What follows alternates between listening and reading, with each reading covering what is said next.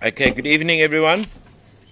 Sorry we're a couple of minutes late, but as most of you will know that the Boerland is 2 or 3 minutes behind the center of Cape Town and around the world. We can, we wait for people to come on and we greet them. And tonight, Kurt Schuler's got something exciting planned. Hello Cheryl, bless you. Andrew, how's it? Cheryl, my good friend. Hey, Cheryl. I will never forget that, but I'm not going to say that you're Ramaphosa's friend anymore. I promise you. Promise you. Hi, Connie. Okay, hi, guys. Hi, Ura. Is it okay still for you tomorrow night, my brother? Yeah, today has been an exceptionally good day. It's been raining. Hi, Mike. Been raining in. Hi, Lucille. I'm still waiting for my cupcakes. Lee my bestie, all the way from Newcastle. I see Liverpool managed to just sneak to win the league. Should have gone Tottenham's way, but things happen. Shit happens in life. Been a good day. We didn't go to the animal welfare today because of the weather. Hi, Aldrich. But we were around here on the farm. We did a lot of step work. We did a lot of step meetings, and I think there's a very good vibe on the farm. There's normally with this kind of weather, hello Craig, the spirits get a bit down. But just one thing that I'm noticing, and to me Sunday's a big day, 15 years, but it's just one day, but I'm not going to walk away and say it's not a big day. It is a big day that almost I can put by God's grace and mercy, and it's only by God's grace and mercy. Hello, Mr. Oliver. Okay. Hi, Michelle. Okay, you all know Michelle Leruba, now the Mavericks Queen, that blesses us. Hi, Vanessa, that blesses us with her presence every night. We are so thankful to have her on board. She will obviously. Kurt, is she going to do the pole dancing? Well, we've got 2 poles here. Yeah, we've got 2 poles here, and we believe that one night Michelle is going to come down and with a friend, I think it's Rihanna, and do a show for us. So if anyone wants tickets, it's just to raise funds for the still suffering addict. Still suffering addict and alcoholic. We'll go to any measures to do that. And a thing that just worries me, that's good, Aldridge, keep it there, my brother, is that is it us, or has this drug just got too powerful? Elise, hello. Has this drug just got too powerful? Hello, Conrad, my friend. Because we're noticing people come in. There were 2 men to come in today, and we're lucky we've got a quarantine section, so they get put away not put away, but put on the other side of the farm, Hypel, for 14 days, and then they come into the mainstream to protect everyone. We check their temperatures every day. Hi Leslie. We check their temperatures every day, and we try and do obviously as much as we can to protect ourselves and to others. We have a partial lockdown now on the farm that I don't believe that I cannot allow parents to come and visit their children. They're not going to stay 2-3 months without seeing their mother and their father. So what we do now is you'll allow one set of parents to come. So you won't have 60 people on the farm, 80 people on the farm at one stage. You'll have one family coming in the daytime, and then the next day you can get a family coming, and they're all outside and their hands are washed, etc., etc.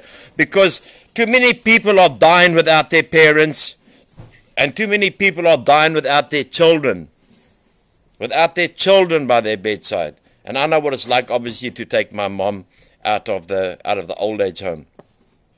My friends, before I introduce Kurt again, my manager, I love him to bits, and I've known him for I think 13, 14 years, and I've known the family, a beautiful family, every one of them. And the High Court ruling on the cigarettes. And I think I've been quite vocal because I found that Many are not speaking out, or many are afraid. What have I got to lose? I was lost 15 years ago. I'm on my second chance, third chance, fourth chance, fifth chance. And I don't intend to give the chance up. I think it's draconian to take away. The newspaper contacted me today, late this evening, to ask me what is my comment on it. And my comment was straight. It'll be in Monday. My comment was straight. You know, there are people with mental illnesses, depression, etc., who need, it is essential for them to smoke. You don't want them going to smoke tik or going to go and smoke dacha. So that is going to be the alternative, because this lady has made something that is legal, even though it's bad, but it doesn't make your life unmanageable. She's made something legal, illegal, and making citizens of this country into criminals. Because people are going to smoke. And then you get to the poverty side of it, where a lot of people, now who can afford some of the cigarette prices that are hanging around? What do people do when they want something? They, especially the poor, and I'm not just knocking the poor, because I've also been very poor in my life. I've also been homeless. They go and steal. They go and rob. They go and break into houses. It's not right. But as a country, I just want to encourage you to, let's all stand together and let's all stand fast and trust God. You know, we've got our Chief Justice under pressure now, because he said that he curse Israel, you'll be cursed. And I've been very lucky in my life to have been 3 times to Israel. I love Israel. And, well, it's biblically coming true, eh? When our country cut off Israel. Junaid is coming, relax. Look what happened to us. So we'll stay strong. And we will help each other along the way. And this group is amazing, because it helps me to stay sober. It helps other people to stay sober. It helps moms and dads to realize what we're doing and how long we you know, our night finishes 11:30, 12 o'clock, virtually every night. Every night our night finishes, but we do because we love this. I love carrying the message. I can retire tomorrow if I want to. And I say that humbly, but I love carrying this message. I love doing what I'm doing. The day that I don't love it, I must give it up completely. But I absolutely love it and love to see how God works with people and makes people whole again. That's the love of it. Okay, so Kurt will be speaking tonight, and we got Graham the Great had a beautiful 5 years, and we were blessed by Junita from the animal welfare today with so much cake that I don't know if I'm going to send some down to Cape Town. Thank you, Junita. I want to thank you, Vanessa, for your blessing. Chantal Crocker for your blessing of goods for our dogs. And if anyone's out there, if I may just be forward now, we don't want food, we don't want nothing in that line, or we don't want money either. But we got a lot of dogs. Excuse me. And we just got a new puppy today. So if anyone would like to make a plan with dog food, it would be highly, highly appreciated by the dogs. We can afford it, but, you know, things are just getting expensive. And with the people that we sponsor, I don't want to put a person off because I can't feed dogs. You know, and so it's just a matter of us trying to, you know, we've got 10 dogs on the farm now, and that's quite heavy. But God will supply, like He always. Hi, Mick, how are you? And thank you very much. I've decided that I haven't done this really before. I will do my life story on Sunday on my 15 years. Hi, Fonny, Conrad, thank you very much. Yeah, so then you will see our article. It will be in the papers on, I think, Monday or Tuesday. And we will fight for what is right. We will never shy away. And I think most people who know me as that kind of person. And that's why my manager and I get on so well. I know I'm gorgeous. Thanks, Michelle. That's why our manager and I get on so well. Because we work hard. Thanks, Vanessa. We work hard. But Kurt and I know how to laugh. Kurt and I know how to sit together and just laugh for an hour. That's what makes the difference. And that's what grows the love between me and this man. When I say to you, I love this man, I mean it. I love this man with all my heart. Okay, God bless you. Thanks, Ora. Hi, Luandra. And here is Kurt. Thank you. God bless you and have a lekker weekend. Thanks, Kurt.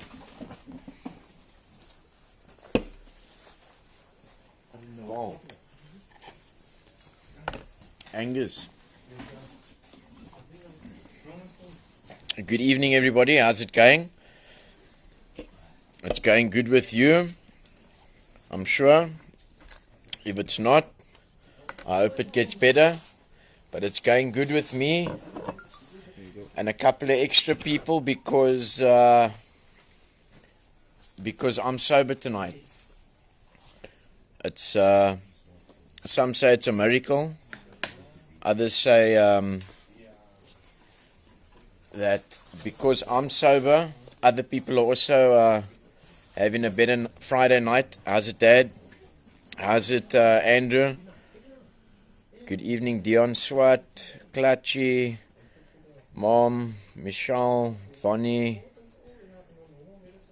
everybody that's online, good evening. How's it, Gladwin? Gladwin, I found your ID and things you were looking for here, but I actually kept it here. How's it, Aldrich? Congrats on your baby. It's lucky to see that you're doing well. Keep it up. It's not an easy road like they say, but it's a rewarding one. And good to see that you also attending or watching a recovery or a life group, a meeting where people... Who? Yeah, no, Gladden, we kept your ID here, actually, hoping that you'd make a turn to come and visit, to come and fetch it. But we decided we're going to sell you your ID back. So, the same account that your mother used to pay tuck shop money in for you, you can use those account details and then we will send your ID to you. Okay, so yeah, it's Friday night. Those of us that are watching that can have a drink have maybe had a drink tonight, and those of us that can't, like me, because I've how's it, Javon? Jeez, are you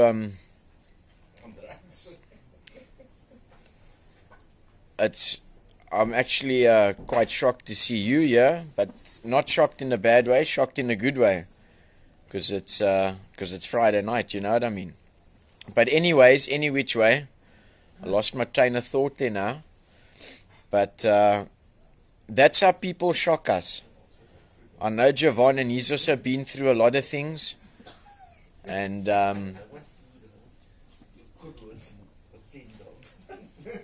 it's great to see. It's great to see the support.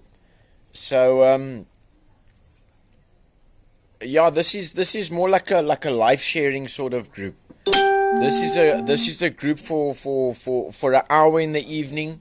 If you think, you know, if you're an addict and you go to support group meeting, if you think that you haven't gotten something out of a meeting for that hour, how's it, Garth? They also tuned you wouldn't make it, but just for today you're sober, eh? And it's Friday. Auntie Connie, Jasmine Poole, how's it, Charlie? How's it, Lucy? And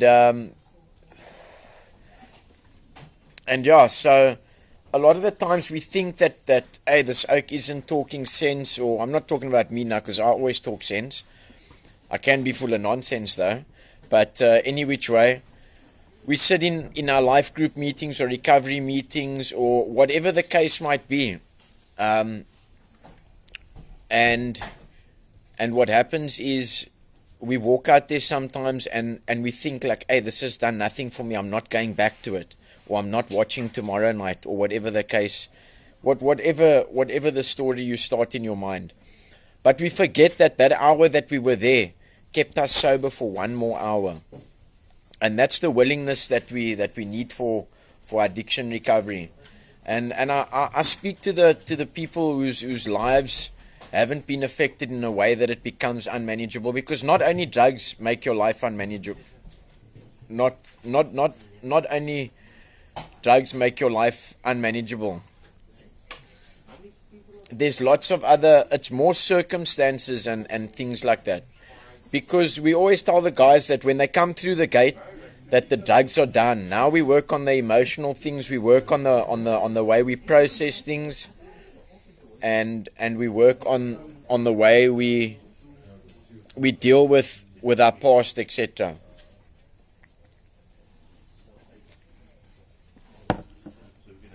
So, you know, it's I would think, you know, and this is, I'm just putting it out there, and I like to speak from all different angles. Sometimes throwing your son out to the streets, if he's using and abusing and manipulating and holding the house hostage and things must go his way, sometimes that works. Sometimes it doesn't work. So things should always be taken in the correct context. So it's difficult for anybody to change unless there is consequences or it becomes life-threatening. So, and that is for, especially for maybe for non-addicts this evening, for parents and people living with problems, with people who come out of bad relationships.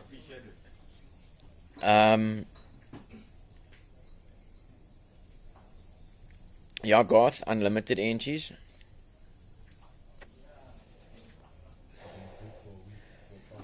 But what I'm saying, when it's difficult to change unless it's life-threatening, is that I need to change certain ways and things that I do things and process things and react to things, because, like I said the other evening, my recovery and my life depends on my spiritual condition. So what happens is that, yeah, this is still before lockdown entries, Craig.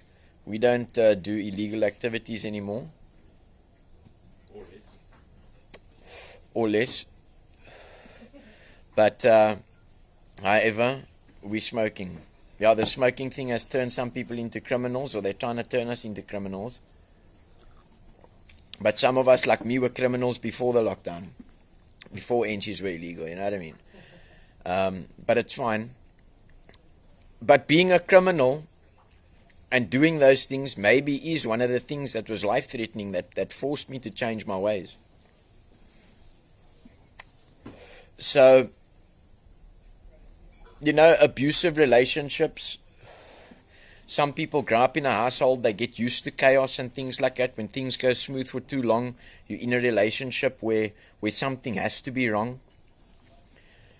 And like I said, I'm not talking about, I'm talking about the sort of character defects that I mentioned the other evening, the people pleasing, the pride, the being lazy. I spoke to a 70-year-old pastor that does construction as well, and I asked him, and that man spent some time with us here on the farm, and done some of the recovery work, and also guided the young men that take an interest in woodwork and that sort of thing. And I asked him, you know, is it a generational thing, or is it just the way the world has taken a turn, or what is it that 90% of the people that's born in the 90s and later are lazy? And he said, you know, like, some of us have worked hard for our things, and we've tried to give our children a better life, and do things for them and all of that, and sometimes things backfire. Sometimes the kids appreciate it. Like I said, myself and my sister was given the same opportunity, we ate the same food at night, we went to the same schools and all of that, and I took a different path to her.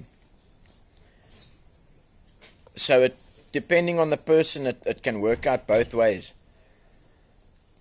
But coming back to the familiar feelings and familiar reactions, is that it's based on fear. I think it's based on fear. Maybe being a people pleaser, you could be used to sharing or enabling your kids, or giving a person the benefit of the doubt or whatever, and maybe not used to saying no, or you put in a situation where, I don't know if any of you guys have dogs, but it's like a similar feeling to that, maybe, where you'd be busy eating something and the dog's checking you out, like, and something inside you, because you're so used to giving the dog a piece of what you're eating, wants to give that dog something. How's it, Sheldon? I see you there as well. I see Craig as well. Definitely Craig. There's always a leak. I'll find out by some of the female rehabs that we know if there's any plumbing that's needed there. A handyman's always needed at the female rehabs, Craig. And what happens is, if you used to, for example, saying yes, or people pleasing, then what happens is, there's actually an underlying fear of the feeling that you'll get from saying no.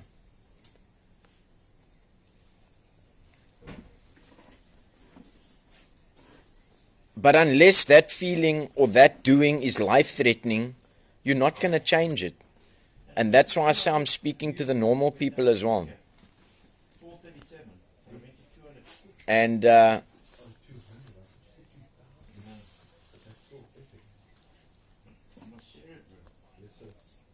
that's how addicts forget where they come from, is because they swear they'd never do it again, and most of us for the last 5 to 15 or 20 years, we don't know a different way of life, a different past, a different way to operate.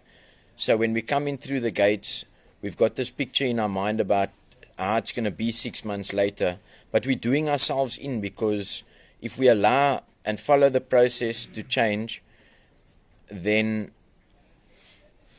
how can we know what the picture is going to be if we've never recovered, if we've never been through it, if we've never given it a chance, if we've never given ourselves a chance?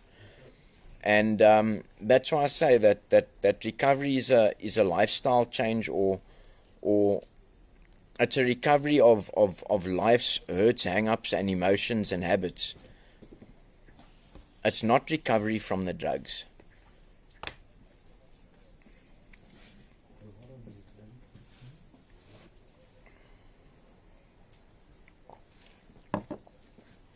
And I'm sure the non-addicts can maybe agree with me that they've been through similar things more than once. But for you guys, it isn't as life-threatening, because maybe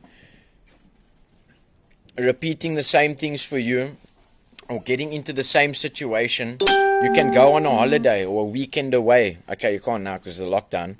But you can go on a holiday or a weekend away, or maybe you have a breakup or upset, whatever, and you have your way of dealing with things, and you can sit on the couch for 3 weeks eating ice cream or binge eating or whatever the case might be. But addicts don't do that. Addicts self-destruct through feelings. And it's the fear of unlimited energies, and it's the fear of change.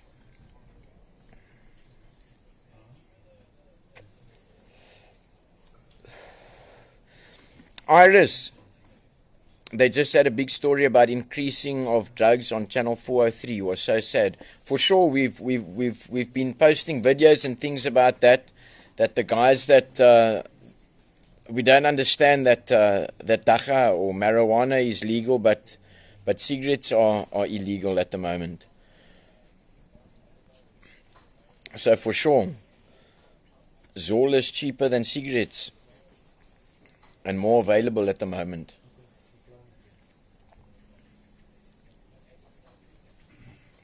So what happens is, for example, if you're a people pleaser and somebody asks you for something and you've got acceptance issues and low self-esteem, hey, Steven Taylor, lekker to check you here, man. I check your show started as well. Mr. Horse says, how's it as well? I heard you when I was standing in the very long line at Clicks the other day with my mask on, hyperventilating. Lekker. And it's the fear of change. It's the fear, you know, if for example, if I say no to this person, are they gonna like me? Aren't they gonna like me? And we take it in the small situations over here where, say for example, if Graham is greedy, and both me and Graham, and I'm taking this in a small example now, so that it can be taken in the right context, that if my parents and Graham's parents send us the same things while we're on the program through the month, and for example, Graham takes 6 spoons of sugar in his pup in the morning, and I take 1 in mine because I've been practicing my life skills program on budgeting that they teach us here, and Graham hasn't been, and his lasts a week and mine lasts a month, and after a week he's asking me for sugar, and I'm in the practice ground to practice these life skills. And first it will feel funny if I say no, if I'm used to saying yes to giving people and things like that. But what happens is, in turn, I end up hurting myself, because then I start building a resentment against Graham, and I can't, being in recovery, I can't hold resentments. So now I can't say no, and then eventually it becomes life-threatening, because I'm reading my literature like RAEL tells me to do, and I'm listening in the meetings, etc., and tells me that I need to have backbone, otherwise I'm not going to be able to say no. And there's more literature and teachings that we learn here from Mr. Hall, that we're in the perfect practice ground to use it and to try it and to practice it, because every situation that you're going to face outside you're going to face in this commune as well, on a smaller scale, on a safer scale. And over here you got the practice ground to use it, the safe environment. And that's also why we have the sober living, which the, like I said, that we always explain to the guys, it doesn't matter if you're managing them all or mopping them all. Because at the moment, I think the cleaners' jobs are safer than the managers' jobs.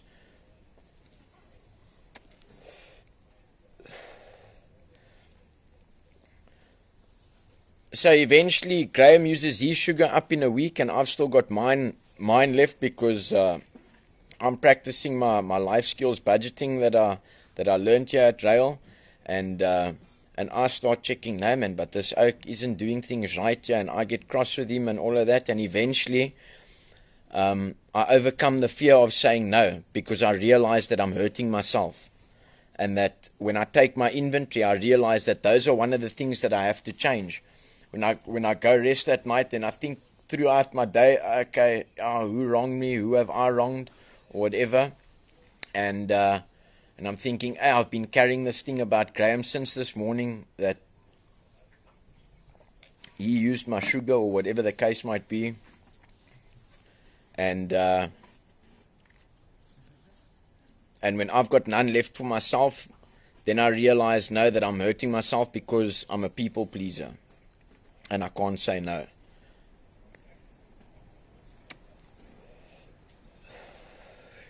And that's what happens with parents when kids are asking for money, or when they're manipulating and saying that they need to go print CVs, or when they're manipulating, they say they need taxi fare to get a job, but then it's not taxi fare, they're walking to the merchant and buying drugs and saying, oh no, the interview went well and whatnot. I don't know if any of the parents that are watching have experienced that. Hi, Auntie Jean. Good to see you and Garth is in the same place at the same time on a Friday night.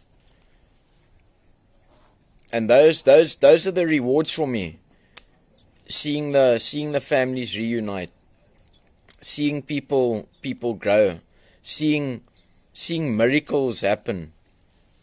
Like we spoke about Graham last night, that started off at Miracle Car Wash, who now has his own workshop. In case anybody needs panel beating, we've got a panel beater here, a qualified one.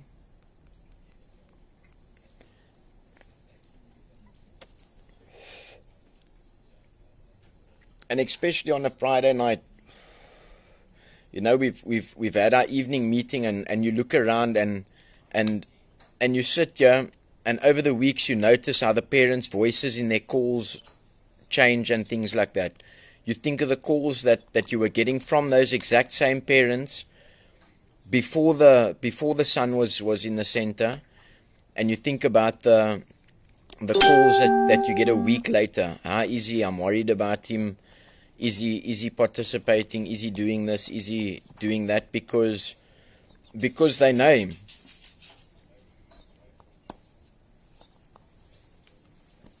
And that's the rewarding part about a Friday night. And as we were going around the meeting, I was thinking of each one's parents, and how they would ask about the program, or how they would sometimes just need somebody to speak to, and just somebody to listen to them and what they're going through, and how many times it's been repeated. And that's why in the hope of these meetings that if these familiar feelings, because we'd rather, if we used to people pleasing, we'd rather feel that familiar feeling of not saying no because that's what we know, than get out of the box and have backbone and try another way of doing it, because it's only going to feel uncomfortable saying no for the first few times.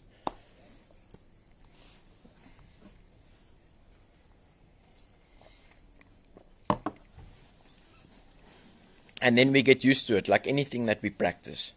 That's why we practice these principles in all our affairs. So I'm going to read a just for today. Hey Greg, how's it going? Lekker to see your name pop up here as well. Yeah, I have to keep it going. Greg. Otherwise, I end up like some of our other rehab friends that didn't keep it going, and they're not going anymore. Sadly, it's sad but true. That's what happens. People that don't go to meetings don't see what happens to people that don't go to meetings. People that don't stay in recovery don't see what happens to the other people that don't stay in recovery, unless they meet up at the merchant. So like we say, that it's not recovery that's difficult, it's the resistance to recovery, it's the resistance to change that is difficult. And I'm always trying to be a step ahead of my addiction. That they say the drugs is getting stronger and the people's getting weaker, and with everything going on, it's easier to it's easier to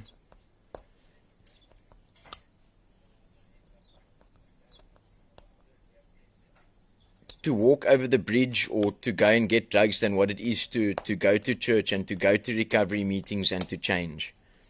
Unless, like I said earlier, that it's life-threatening. Okay, so I'll tell you quickly about what Mr. Wall's asking me to tell you about before I read the just for today.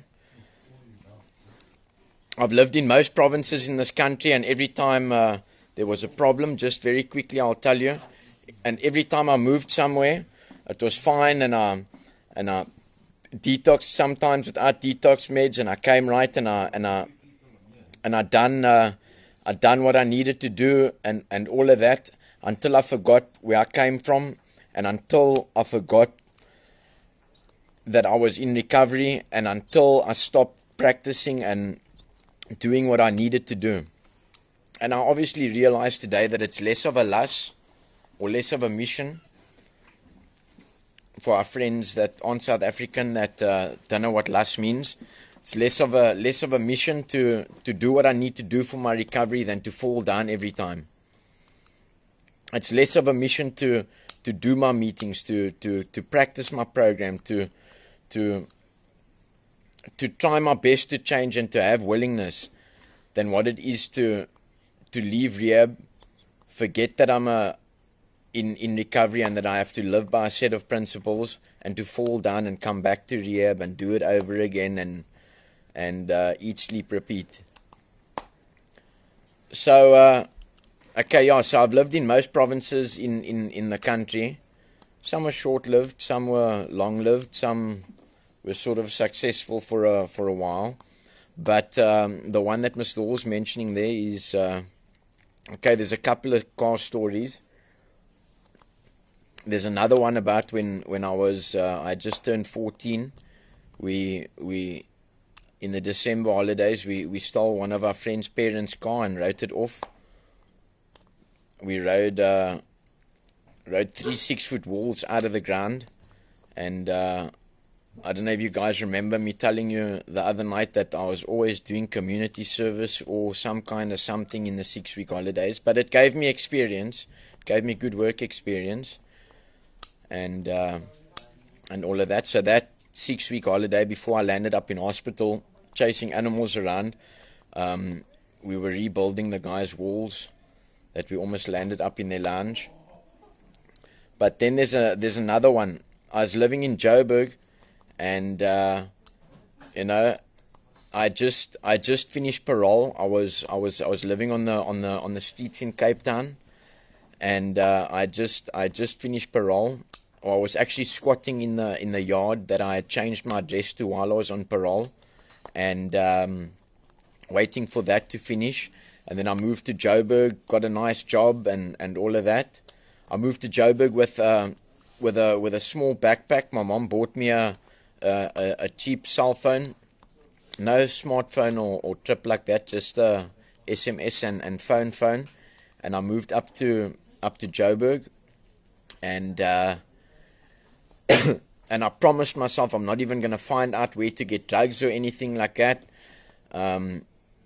Started off obviously from the streets and things like that.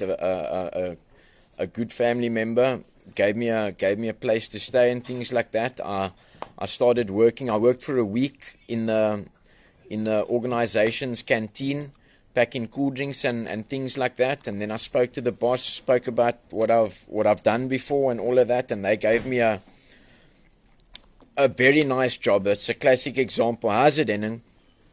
A very nice job. It's a classic example of too much too soon. And I started earning a lot of money a week, and I was working a lot of hours. They gave me a house to stay in and all of that, and I was sober for the first while that I was there, and then the money went to the head and all of that, and I was using lots of different drugs and prostitutes and the whole trip that goes along with it.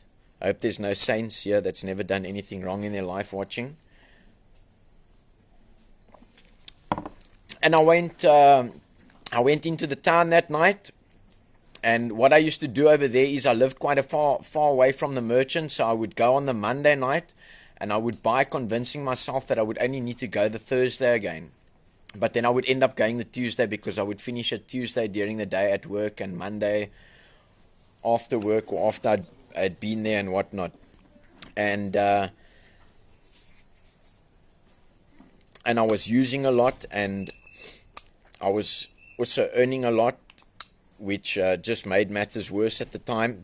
Because at that time, to me, recovery equaled, in my mind at that time, recovery equaled a house, a job, and paying your way. And but at that time I was actually just deteriorating more. So what happened then was I was all excited, and this is a bit of an insane story. And pride stood in the way of me telling the truth of this about this story for a very long time. And what happened was I bought a car. Some of the money was stolen money that I used, and it was about almost a 5k gravel road that I needed to travel on. And I came back from a bender of prostitutes, and I had a lot of crack on me. I had a beer between my legs, and like 2 or 3 bottles of beer rolling underneath the seat of my car at the time. And I had heroin in my hoodie pocket, and it was a very cold night, and I was all excited because at that stage in my life, how much money I had and how much drugs I had determined my happiness, because I was an empty shell with nothing inside of me. I was living alone in a 4-bedroom house with not much furniture in it or anything, but I was happy when I had drugs and money. But I actually wasn't really happy. So I was traveling on that gravel road, all excited, and doing little stunts and whatever else with the car, and a branch or something must have hooked the petrol pipe at the back of the car. And I just thrown petrol in, and it felt like the car ran out of petrol. I don't know if anybody's ever run out of petrol that's watching. Maybe Garth has, I don't know. But the car just like sort of like shudders, and it. So I think like, nooit man, I couldn't have run out of petrol. What is this? And I was so full of drugs, and I think I was probably on about I don't want to lie to you, I was probably on about a year's binge at that time, and thought that life was going good, and the car just stopped, and it was very dark and all of that. And at that time you used to have lighters that had a torch on the bottom, and I was checking under the car, and I pick up this pipe, and obviously I couldn't smell anything because I was sniffing, smoking, and putting drugs in my body in all kinds of ways for the last year, and specifically that night as well. I know that it was a Friday night, a lot different to this Friday night, also in the farmlands, and I was grabbing this pipe, and there's liquid coming out of it, but I couldn't smell that it was petrol, and I'm actually under the car. And this isn't a war story, it's more of a grace story. You know, I'm under the car, I've got a tracksuit pants on underneath my jeans, I'm double clothed the way that most people on drugs dress, and there's petrol pouring out on me. So I decide like, I want to see what's going on here, and I check, okay, there's no light or torch or whatever, and I decide to take my lighter to check, and I give 3 strikes, and I'm telling you, I haven't experienced the Guy Fox like that before. Yo, I tell you, I hit out onto flames, and what I'm trying to point out is that the cat, it's a popular cat, they call it poor man's coke. It's a popular sort of amphetamine drug from Joburg. The cat that I had in my one side hoodie pocket, when I hit onto flames, after I put the fire out, the first thing I ran away from the car on fire. After I got up, I started shouting, I'm sorry God, because like I said the other evening, while I was on parole, I promised God, when I got 2 cases while I was on parole, I promised God, please help me get off these cases. I promise you I won't steal again. And I must admit that a bit of the money that bought that car was stolen money. So I ran away from the car, and the first thing, even though I said sorry God, I grabbed the heroin because that's my priority drug, and I threw it thinking that if I survive, I can go back and fetch it. And I was burnt up so badly that the cat in my hoodie pocket was actually melted. I don't know if you ever melted plastic or candle wax onto a clothing item. And obviously I wasn't too upset about the beers that were in the car. And I managed to only burn my hand. Yes, Mom, that was about an hour later. I called you and I said I just burnt my car out. That was 3 days old. And I tried to deny the story because I didn't want, because there was pride standing in the way. I mean, like, what kind of oak takes a lighter to check what's leaking when it's petrol leaking, you know what I mean? Like, and just because of the pride I had, that story, and how sick I was, because surely only a drug person could act in that way. Pride stood in the way, and I said no, that the car had some mechanical fault and whatnot, and some spark must have hit the petrol, and all long stories and all of that. But I tell you, when I sat in a recovery meeting one day, and that's what we do, we take inventories of our lives, and where we've lied, we tell the truth, and all of that. I felt that freedom that they talk about in the promises in the big book.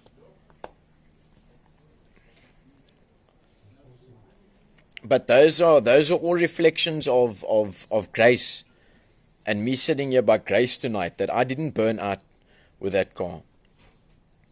Because the whole car burnt out, I promise you. And then I was still running up and down with buckets to a tap that I needed to pump water. And I managed to save the two front rims and the motor that I sold 2 days later and bought more drugs with.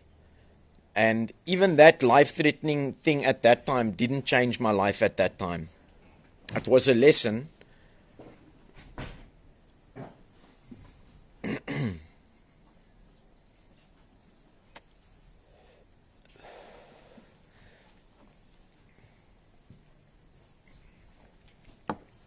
But it didn't change.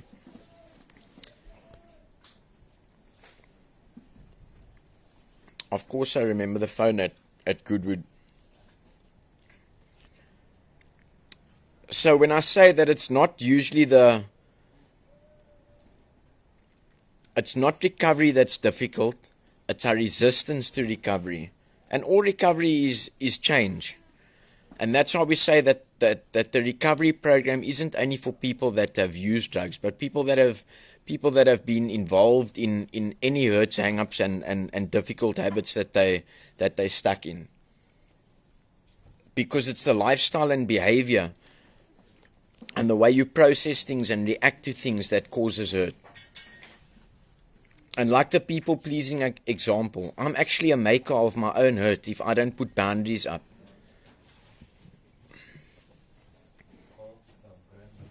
No, Diane, the car wasn't insured. I didn't even have a license then.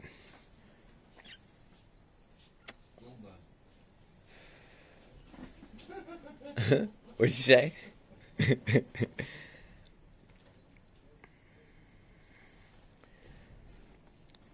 So it's our resistance to recovery that makes it difficult. And the just for today that I want to read is the resistance to change. And maybe it will make sense to the addicts and non-addicts. Many of us cling to our fears, doubts, self-loathing, or hatred because there is a certain distorted security in familiar pain. So like I said with the people-pleasing example,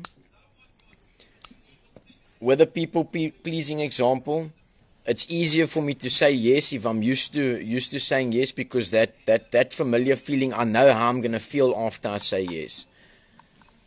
But I'm not used to the uncomfortable feeling of maybe saying no in somebody's face. Even though I'm going to hurt myself afterwards. It seems safer to embrace what we know than to let go of it for the unknown. Because when I start saying no, I don't know how I'm going to feel. And that's where the serenity prayer comes in. Courage to change the things I can. We have often heard it said, when the pain of remaining the same becomes greater than the pain of changing. And that's what happened after that story. That is where my recovery started. I came back to Cape Town. I didn't want to be the way I was anymore. But I didn't know how not to be like that, because I didn't have a teacher. And I wasn't ready yet as a student, because they say if the student is ready, the teacher is there. I became ready a couple of years after that. And I'm sure parents go through this as well. We often heard it said, when the pain of remaining the same becomes greater than the pain of changing, we will change.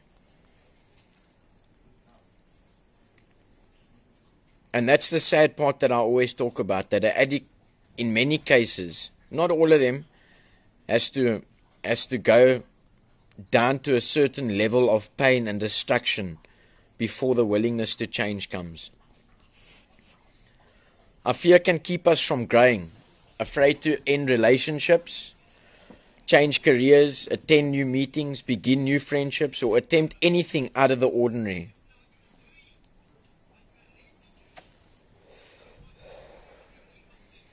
We stay in situations that are no longer working far longer than we have to, simply because what is familiar feels safer than the unknown. And I said that earlier. Any change involves overcoming fear.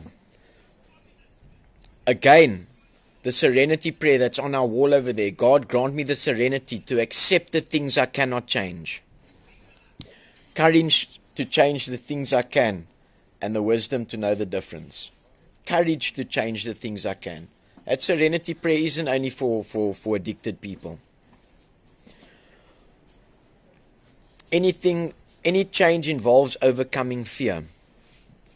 And fear is a defect of character. What if I'm alone forever? We might think if we consider leaving our lover.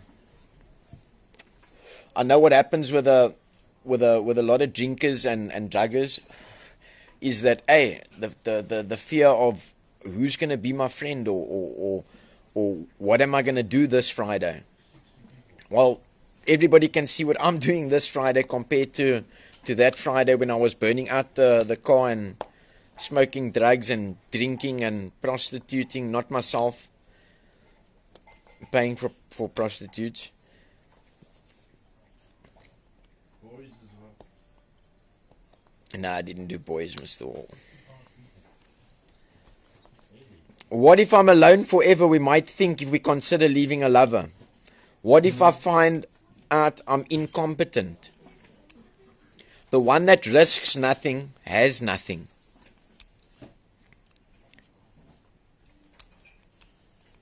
We may wonder when we contemplate changing careers. We may balk at attending new meetings because we have to reach out. Our minds manufacture 100 excuses for remaining right where we are, afraid to try something new. So it's all fear-centered.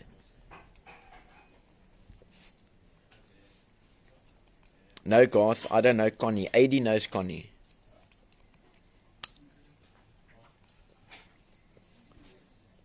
We find that most of our pain comes not from change, but the resistance to change. In this program, we learn that change is how we move forward in our lives. Without change, I couldn't move forward. Without change in your situation this evening, addict, non-addict, male, female, human being, any person,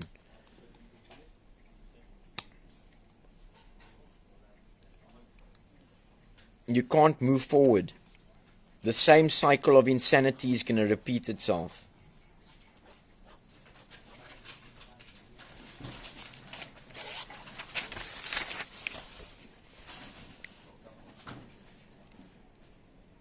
We learn that change is how we move forward in our lives. New friends, new relationships, new interests, and new challenges will replace the old. With these new things in our life, we find new joys and loves. Just for today, and you can read this every day, everyone. I will release the old, embrace the new, and grow. And that's where it comes in on page 58 when it says that if we are willing to grow along spiritual lines, we are willing to grow along spiritual lines, and we're not saints. So that's sort of all for this evening. That change is possible for anybody. But don't do a 360 change, because I'm going to show you something quickly. I don't know if the camera is going to allow me to. I'm going to draw you something.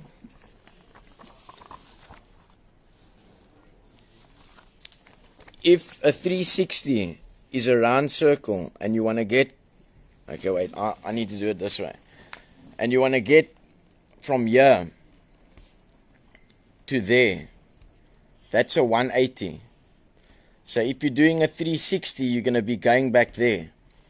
But if you're looking for peace, they say that's a peace sign.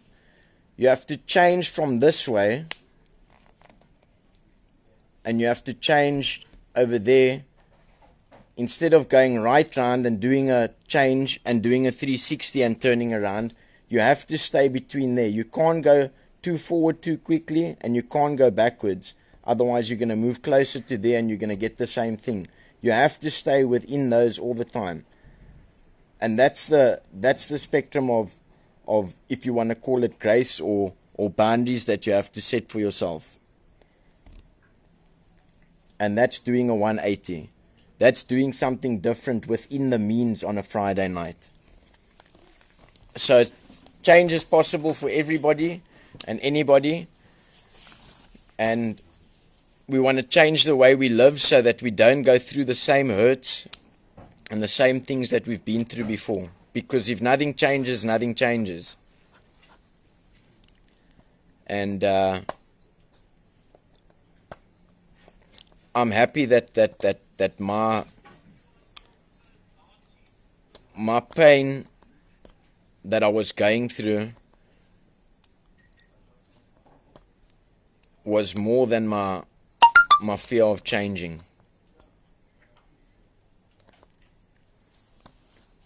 So let's hope that this meeting tonight can reach some people. Maybe it can even reach some people that used to see me walking over the bridge and back to get drugs, and they can see that I've changed, and they know that that change is possible, and that we can reach some more people. And then we also ask if you can share the link to our page, and we can get more people on board and spread the message. Spreading the message lessens the pain, not only for me but for you as well. When we reach out to each other, that's how we grow together, because then we become willing to change. Thank you very much, everybody. Mr. Hall is gonna come and speak to everybody that's watching, because he's just finished speaking to the rest of the world, and they listen to him the same way that we listen to him here at the center. Alright, thank you everybody so much for watching, and please don't forget to share.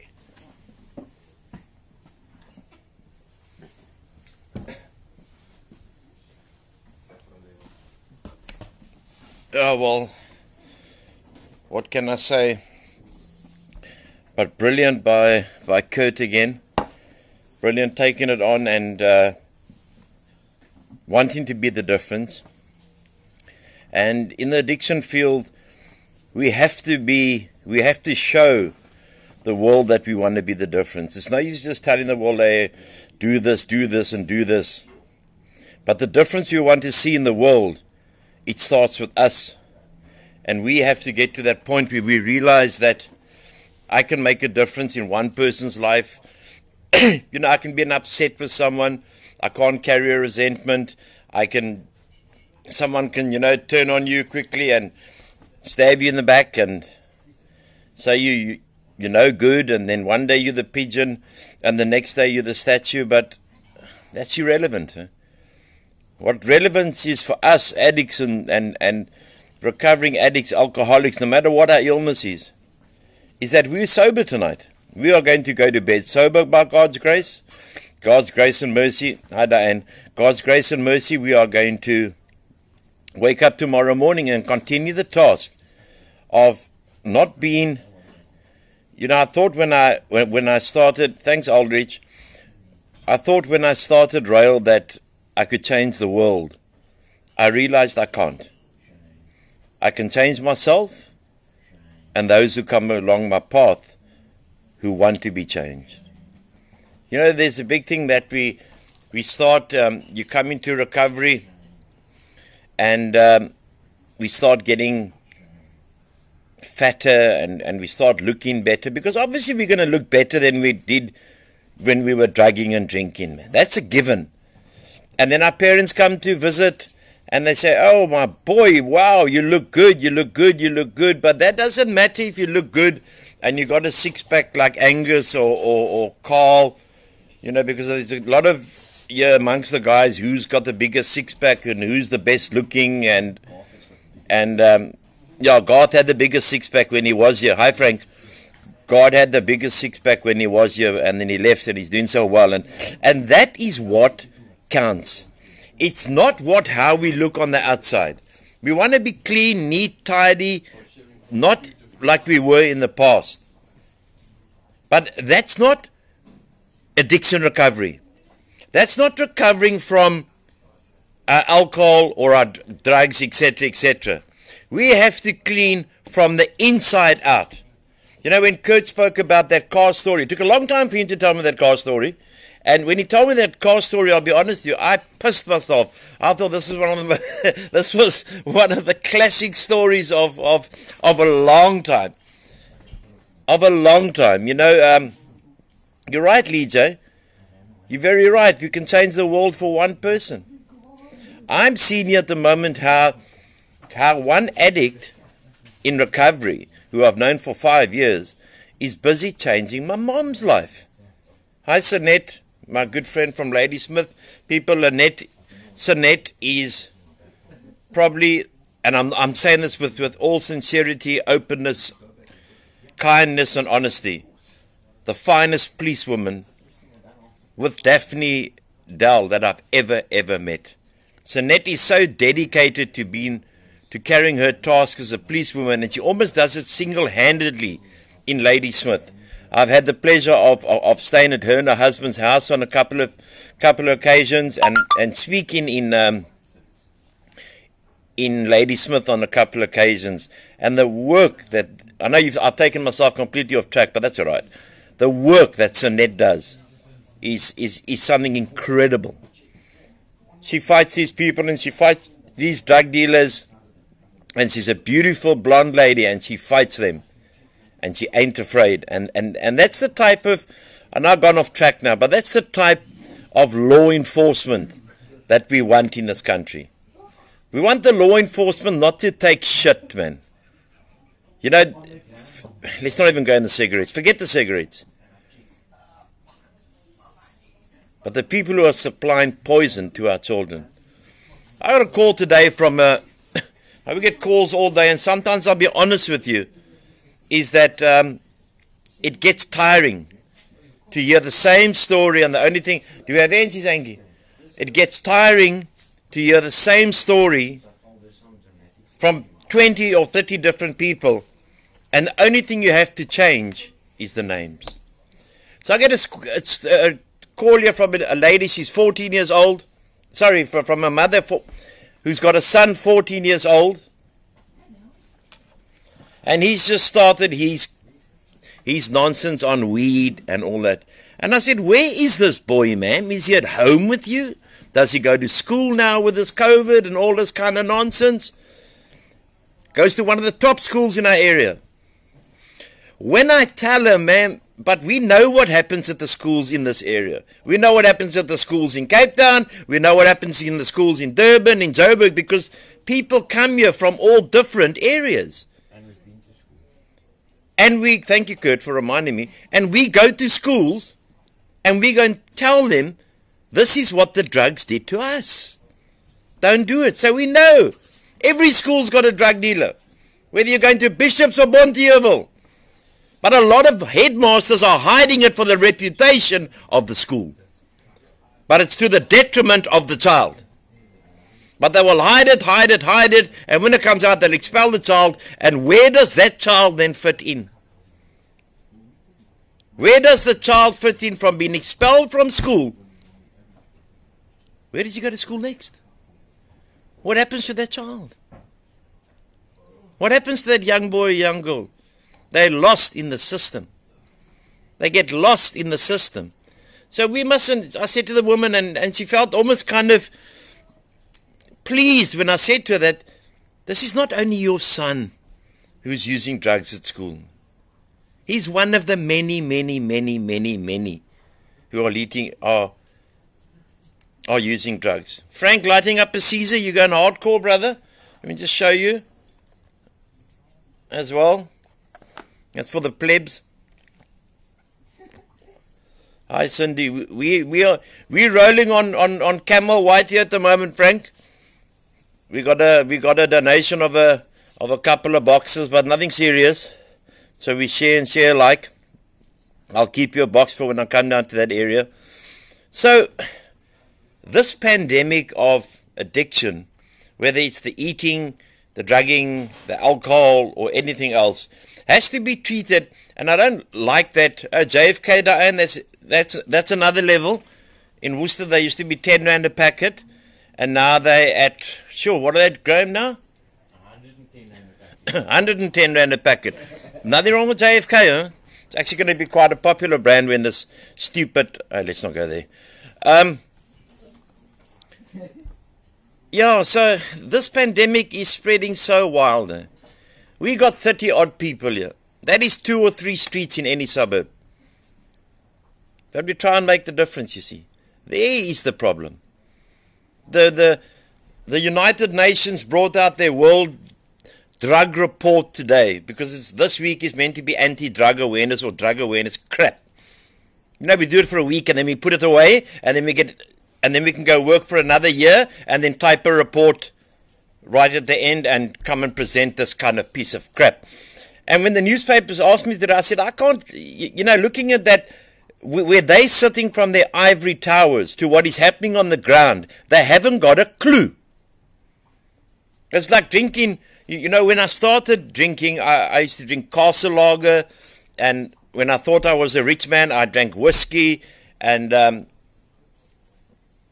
ended up, I can't tell you what I ended up on, but the men will know what I'm calling. There's a word, and then there's vein next to it. That's what I ended up on the park bench.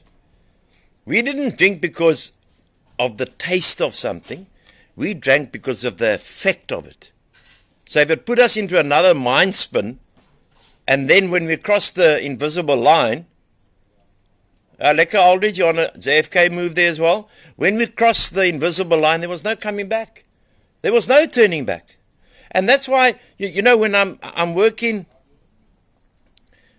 with Kurt, I don't want to knock mainstream rehabs, these people that charge 80,000 rand a month.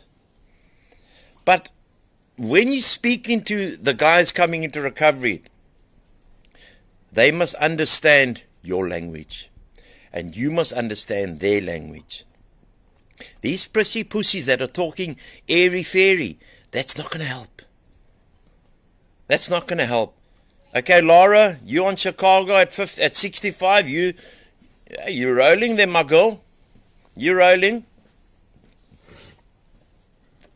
So, hey, we can. Yeah, no, okay, Frank. There's another word, Frank. It's, but it's very close to that, Frank. Very close to that. And it's even when Kurt and I, before he came on here, he's tired. We just had our main meeting in the evening, and that's why we're a couple of minutes late. Is that we build up almost like a camaraderie amongst me and Kurt and Graham, everyone who speaks, Carl, Caesar popping at 70 Rand good, and everyone on this forum. Because I'm sure everyone on this forum can contact each other and ask for help.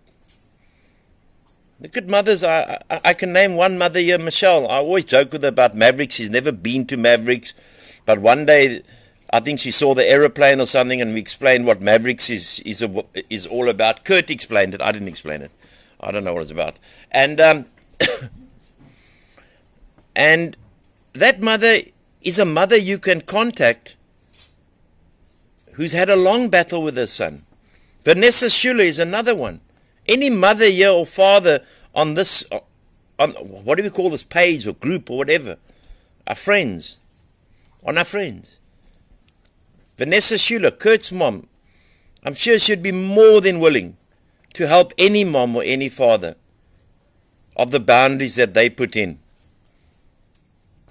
to save their son's life. It's the same when my mom put me in prison. I couldn't believe it. But she did. She saved her son's life, and it's proven. Kurt also touched on it. Oh, Laura, yeah. Lee Kroon needed. I love speaking to you people. I'm probably speaking just a lot of shit now at the moment, but it's cool. It's Friday night. I'm sober. You know. There is Kroon needed. Lee J, you got the Kroon from England. Send the pounds. Kurt, you got the bank details there for Lee J? Yes, She's got Kroon. Anyone who needs money, just contact Lee J. She's got pounds from London, from Newcastle. She can give the Kroon. And what else would we have been doing? We often reminisce here, but we don't reminisce here just about bad times in our life. Me and my leadership, there's 7 of us. We'll sit and we'll have a laugh. We'll have a good, hey, can you believe, my bro, this is what I did. Not to glamorize it, but to have some fun. Because we deserve fun. We lost out in all our drugging and drinking days. We lost out a lot of fun. We lost out a lot of family occasions. We lost out on a lot of friends. We lost a lot. And in our days that we have left on this earth, we try and gain as much as we can. This is not an institution. There's no high walls here. There's no electric fences. That's right, Michelle. It's good to talk about a shit on a Friday night. Good, clean fun. It's lekker, man. Why not? I know for us recovering addicts, we've done worse. We've done worse, and then the next morning not realize what we did. I must tell you this story. Okay. Now, you all know that I just got divorced, but I've been married a couple of times. And the second time I got married, I walked in, I was working for Teljoy. I'd left the police and all that, and now I'm just telling you a story because I feel like telling a story. And bless her soul, bless her soul, bless her soul. And I wish we could one day open this up so we can all talk and we can all talk crap together. And I walked into, and I was sober. I was 25 years old, so I was sober. Great, Lucille.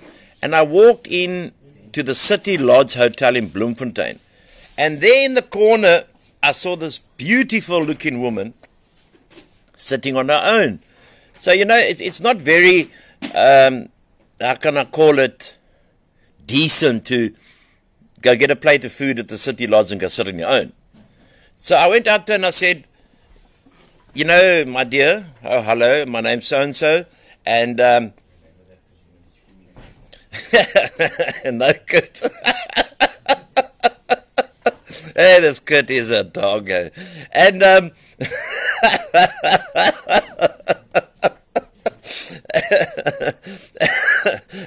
I went in there, and I sat down, I said, I'm from Cape Town, you know, I'm on my way to Johannesburg. Do you mind if I share the place with you? No one else sitting there, so why not?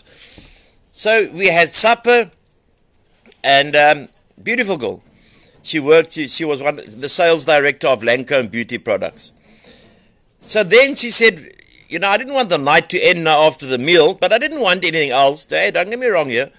And we don't believe it on the first date. We don't do it on the first date. And what good? No, yeah, the good. Yeah. So she said to me, I said to her, you know, I enjoy gambling. Would you like to go gamble? So we went to Tabanchu's son, and we about 90 k's from Bloemfontein, and we went to gamble, and I was stone cold sober. I was almost 2 years sober then, and we got back, and I asked her to marry me. I'd known her for like 12 hours. Just the looks, because I was trying to fill. There may be a fun side of the story. There's a massive fun side, but there's also a hurting side, because I was trying to fill the hole in the soul. Now, I would fill the hole in the soul with alcohol before, with drugs before, with women before, with whatever, hookers, whatever came my way. So surprisingly, this woman said, Anthony, I will marry you. It turned out that the brother was one of the founders of Penny Pinchers, the original Penny Pinchers.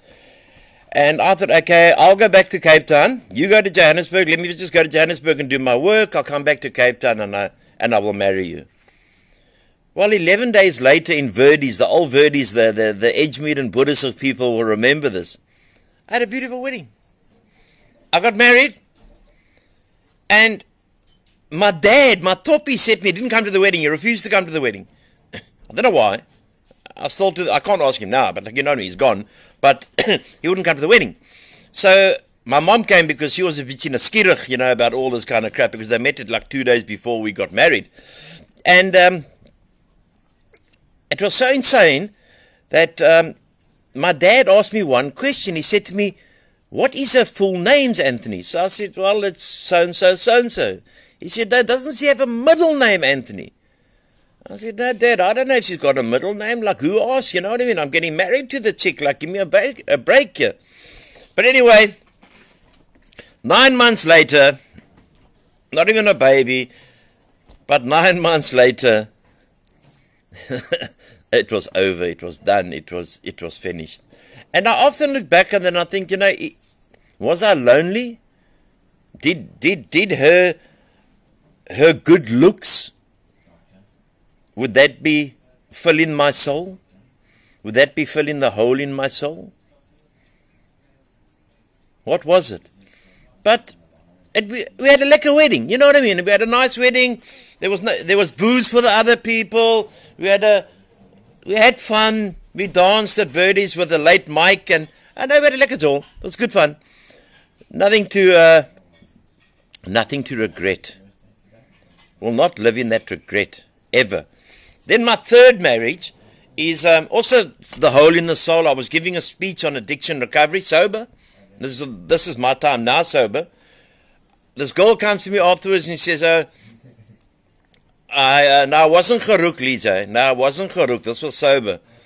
And she came to me afterwards and we started speaking, and she said, thank you for the speech. And it was a speech in a church. And Mick not married in Vegas. And she says to me, we started speaking, and then she said she stays in Somerset West, in Lawrenceford, in quite a nice area. And yeah, same thing, huh? 2 weeks later, I said, please marry me. So she said, no, I will marry you. And I was a Richie baby, and we got married. And we booked out, or her dad, a very wealthy man, and she was the only daughter. So the old man booked out the whole of Greyton, and the pub was open, and he booked out all the guest houses, I think there was one hotel there, I'm not too sure, but all the guest houses, all the guests stayed over, got pissed on the old man's account, and I wasn't drinking, I was sober. Hi Richie, nice that you arrived in Worcester, good for lockdown, and another couple of months after that, she came to me one day, and this was quite sad because, you know, what was I marrying for? We know that addiction is the disease of loneliness as well. Addiction is the disease of forgetfulness. And on the 24th, I'll never forget this, 2008, I had RAEL for 1 year. She came to me and said to me, Beautiful Conrad. You know, you're a lot in the newspapers, you're a lot on TV. My mom is in this circle of people. You know, it's not very good for the Lani people to know that I'm a recovering alcoholic addict. But she knew that when she married me because she met me at a talk, you know what I mean?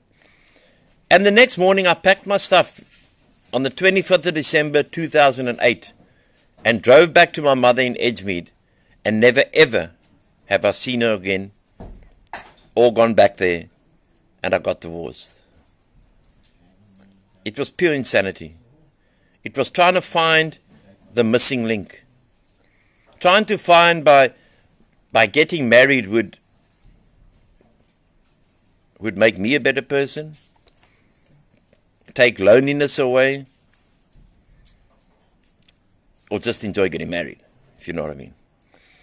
And then obviously my fourth marriage has lasted quite long. I had 3 marriages that I never had an anniversary. I didn't have one anniversary. And then my fourth marriage, I had 8 anniversaries. So there was improvement. You know, it's not perfection, it's progress. And in the other way of saying it, it's not progress, but perfection. But we don't go for the perfection time of us. So yes, have you done ludicrous things in your lives? Of course I've done ludicrous things in my life. Do I have regrets? No. No, I do not have regrets.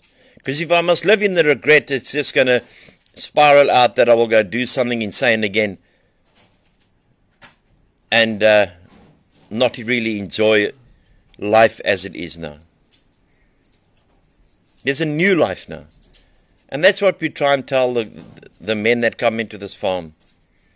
Yeah, we are living examples, man. We don't come from the monastery, man. We come from the streets, man. We come from the hard streets. And there's a lot on this wall who've come from the hard streets. Like Richie, who only needs 1 meeting a week now. We've come from the hard streets. And the reason Richie only needs 1 meeting now because he's met Joni. And him and Joni have been going out for... A meeting a week makes you weak. That's it. Thanks, Kurt. A meeting a week makes you weak, Richie. And now we try and keep the people and motivate them the whole time to stay sober. Because in our sobriety, anything we put above our sobriety, besides God, we're going to lose. We're going to lose. So you will always find someone, if they tell you they're in recovery and they're sober, whether they're enjoying it. Because if you're going to white-knuckle sobriety and hold on to the desk or hold on to the chair and say, I wish I could have a dop now, see an advert of Castle or whatever on the TV and say, oh, I'm begging, I'd love a drink and I'd love a drink. Now, that is not recovery. Recovery is when we go out to places, we enjoy ourselves. If they're drinking around us, let them drink as long as we're not drinking. Offer me a drink. I'm not going to tell you I'm on antibiotics. I'll tell you, sorry, I don't drink, because if I have one of these drinks, there may not be drinks for the rest of the people. And that's how we roll. We're normal people. But what he said today, and I'm going to close off now, what he said today is that a lot of people, no questions here, a lot of people are coming in today and they're mentally disturbed, which is so sad. And I gave a speech about 5 years ago, where I said, with half of Stickland closing down and half of Falkenberg closing down, RAEL will one day be like that because of the drugs. There's no beds available. You've seen what's happening to people. They have one drag of tick and they're hooked. Like Graham said the other night, the first drag he had of heroin when he chased the dragon, he was hooked. Carl said it the other night as well. But anyway, I just want to again thank Kurt. Okay, Richie, we love you, but don't come bullshit us with 3 a week. You should be doing 7 a week. And that's how we love each other. Like Garth, Aldridge, who've been on here, Andrew, I can't remember who all, Lee J, the mothers, Michelle, Vanessa, Conrad, everyone, Connie, Mick, you know, the names are not right in front of you, but more love in this world, less need for drugs, less need for abusive using of alcohol, And let me just put this on the record very straight. I have got nothing against people who have a drink, as long as it doesn't make their life unmanageable. Me and a drink is me and poison. It makes my life unmanageable. Okay, people, so God bless you. Tomorrow, Ura will be on Ura in his suit. Let's just check what his suit's going to look like tomorrow, because he's always smartly dressed. And on Sunday, I will give you a bit of my life story, if God spares me, to celebrate 15 years of recovery. God bless you. God keep you. And thanks for being part of our friends. You will never realize what all you people who are watching this do for us. You make us feel part of you. And you make us feel part of the world. And you encourage us. I can tell you on behalf of everyone at RAEL, of the leadership, we love you. Thank you for keeping us sober tonight, that I've got no desire to go out to drink. Love you and God bless you. Thank you, everyone. Thank you.